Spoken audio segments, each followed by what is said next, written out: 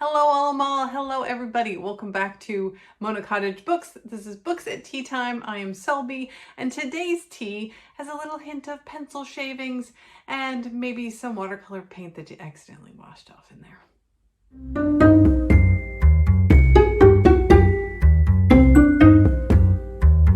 Okay, you may have guessed from the intro that I am today talking about artists, pencil shavings and watercolor paint. Have you ever watercolor painted and you accidentally put the paintbrush to clean in your cup instead of your water? Anyway, I've done that a couple times. So today I want to talk about illustrators, specifically children's book illustrators, because this week is Children and Illustrator Book Week. Did I say that correctly? Probably not. Anyway, it's a week to celebrate children's authors and the illustrators, and I just don't think illustrators get enough love, so I want to talk about some of my favorite illustrators. And these aren't like the only illustrators I like, but these are some of them, and I want to share them with you, and so that you can go find them and see if you like them as well. So the first one I'm going to talk about is Isabella Kung.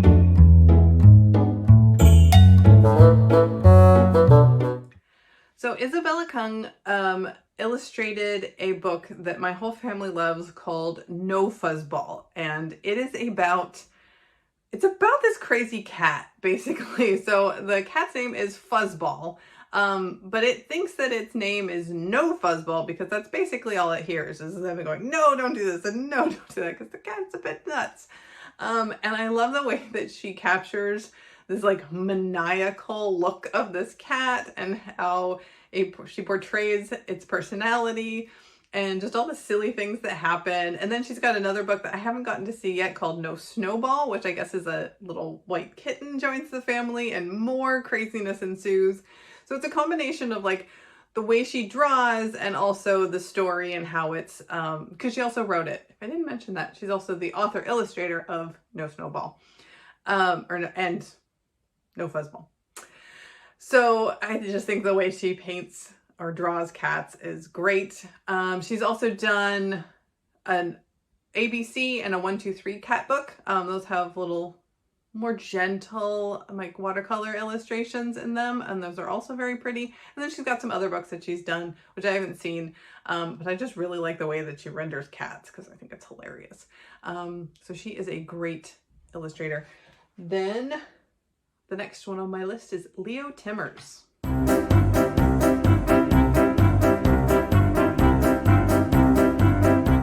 So the next illustrator on my list is another author illustrator, and his name is Leo Timmers. And he's actually Belgian, so very popular here in the Netherlands, but I have seen his books in the US before. And he draws these I don't know how to describe them besides magnificent pieces. Let me see if I can find this. And let me see if I can hold this up correctly because this is just crazy. Look at this. I mean, can you just see all that is going on in this picture? He creates these incredibly detailed, but also crazy creative worlds. They're just so pretty and funny. And his books, yeah, these ducks are freaking out. I think they're always funny. All the books of his that I have read are funny. He's got a couple more. I'll put them up here. So you can see, so he's an acrylic artist and he's really trying to get in texture, and you can definitely see that in his art. He also does no to very few words. There usually isn't a lot of text on the page, which I appreciate because then you really look more at the pictures. And it's super fun, and all of his stuff, whatever world he lives in just looks super fun. So he is a great Belgian artist.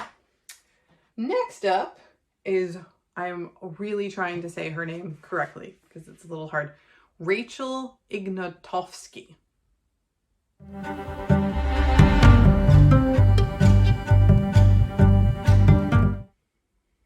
So Rachel has a completely different style than Leo Timmers, and she also is the author illustrator of nonfiction books. So she specializes in nonfiction. This is one I have called The Incredible Ecosystems of Planet Earth. So this is kind of like a middle grade nonfiction, and just, I mean, look at the end pages. It's just, everything about this book is gorgeous. I love all of her stuff.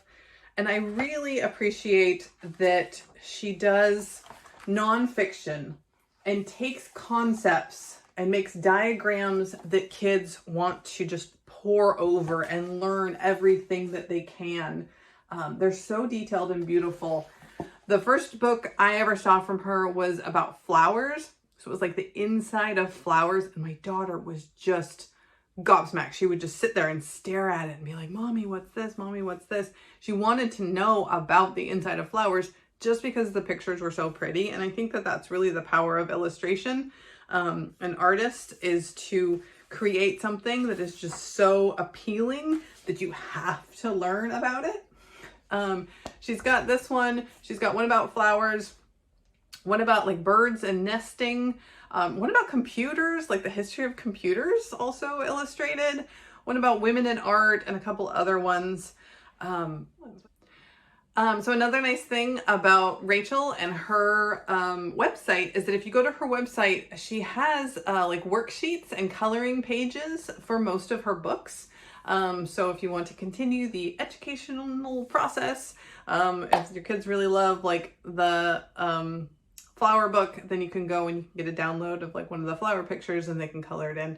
So I think that that's great for interacting and really, you know, solidifying the knowledge that they've learned through getting to do some art themselves. So that is Rachel Ignotofsky. Really great artist, even if I can't pronounce her name. Next up is Jessica Courtney-Tickel with a fabulous name.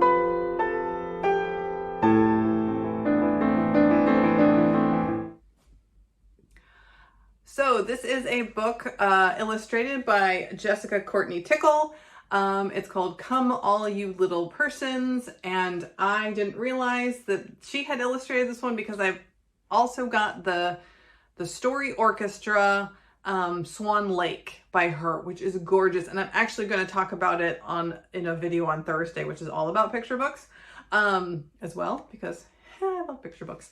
But this one I got, and I love her art. I love her like sweeping views, or these like large pictures that she draws of these beautiful places that just make you like want to go live there. Like, doesn't that look so inviting? I want to go hang out with this little bee kid. And then, yeah, so she also does a bunch of books for the Story Orchestra. And that's one, if you don't know, it plays music and it's from different theater productions. Swan Lake, I think Sleeping Beauty, and there's a couple other ones. Nutcracker, I don't know if she did that one. But anyway, beautiful art that just makes you want to like walk into it and be surrounded by it. So that is another fabulous artist, Jessica Courtney-Tickel.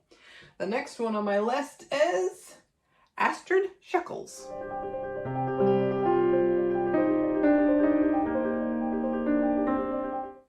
So Astrid Sheckels does these great anthropomorphic animals dressed up in like fancy suits and stuff. So she does a series called Hector Fox, and there's a couple of them out now, and I just love the way they kind of give Wind in the Willow vibes. If you've ever seen Wind in the Willows, it's about animals and they're all dressed up.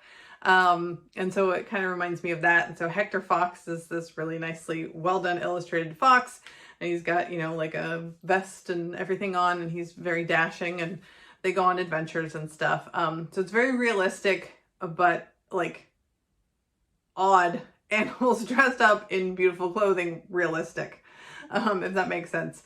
So yeah, again, just like Jessica Courtney-Tickel's, the very different style, but the world feels so immersive, and someplace that you want to go through. You want to go walk through these woods and meet these animals and see what's going on. Just the way that she renders them is just adorable. And yeah, I can't say enough about how beautiful they are. The last illustrator is, I believe, named Stefani Buijsman. Buijsman?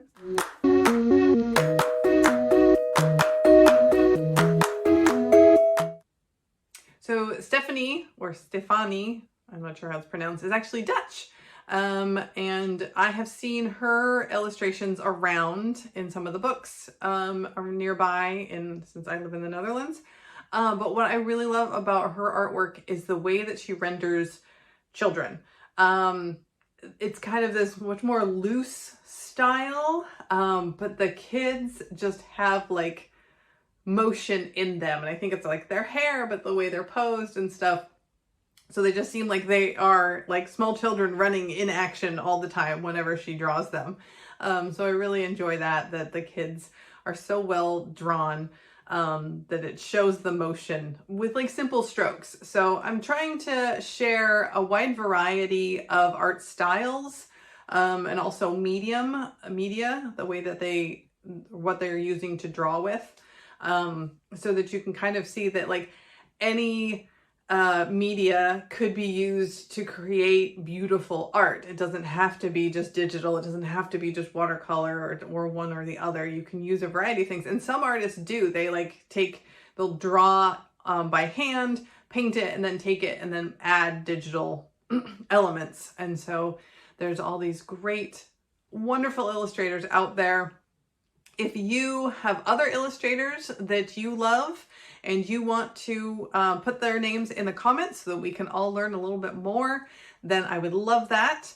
And if you like more picture books and middle grade and whatever I just happen to read, then like and subscribe to this channel and I will bring you more bookish fun.